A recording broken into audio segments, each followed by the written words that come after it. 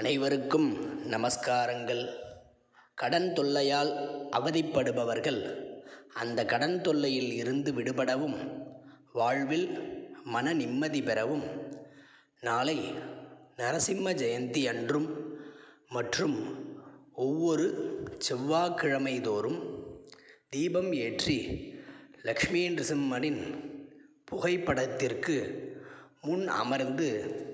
இந்த ஸ்தோத்திரத்தை கூறி வந்தால் கடன் பிரச்சனைகள் நீங்கி சகல ஐஸ்வர்யங்களும்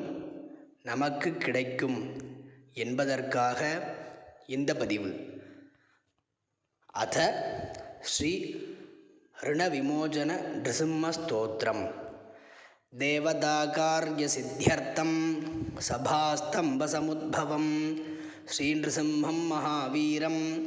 नमामि ऋणमुक्तये लक्ष्म्यालिंगित वामांगम भक्तानां वरदायकं श्री नृसिंहं महावीरम नमामि ऋणमुक्तये आंध्रमालाधरं चंग चक्राब्जायुधधारिणं श्री नृसिंहं महावीरं नमामि ऋणमुक्तये नात्सर्वपापघ्नं कद्रूजविशनाशनं श्री नृसिंहं महावीरं नमामि ऋणमुक्तये सिंहनाथेन महता दिग्धन्दिभयनाशनं श्री नृसिंहं महावीरं नमामि ऋणमुक्तये प्रह्लादवरदं श्रीशं दैत्येश्वरविधारिणं श्री नृसिंहं महावीरं नमामि ऋणमुक्तये क्रूरग्रहैः पीडितानां भक्तानाम् अभयप्रदं श्री नृसिंहं महावीरं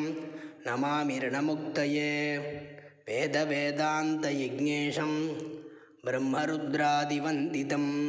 श्री नृसिंहं महावीरं नमामि ऋणमुक्तये इत्थं यः पठते नित्यं ऋणविमोचनसिद्धये अनृणो जायते शीघ्रं धनं विप्लुतमाप्नुयात् सर्वसिद्धिप्रदं नृणां सर्वैश्वर्यप्रदायकं तस्मात् सर्वप्रयत्नेन पठे स्तोत्रमिदं सदा इति श्री नृसिंहपुराणे ऋणविमोचन श्री नृसिंहस्तोत्रं सम्पूर्णम्. नमस्कारम्.